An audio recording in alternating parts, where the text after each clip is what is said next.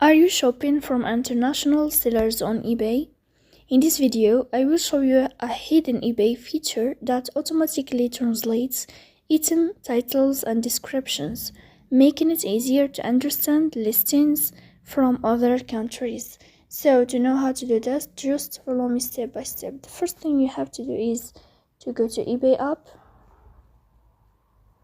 Then here in this first page, you will go to this sign of My eBay, you will enter.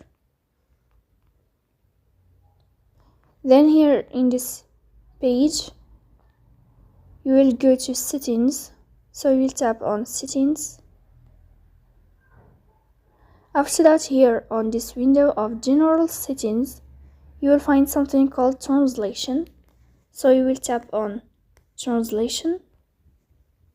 And as you see here, this sign or this feature is disabled, so you will tap to enable. As you see here, they said to eBay automatically translates most item titles. Disabling this setting will revert titles to their original language, so you have to enable it if you want to get this feature of translating item titles on eBay. So that's it. If you are enjoying watching this video, and if this video is helpful for you, don't forget to support us by like and subscribe. See you next time.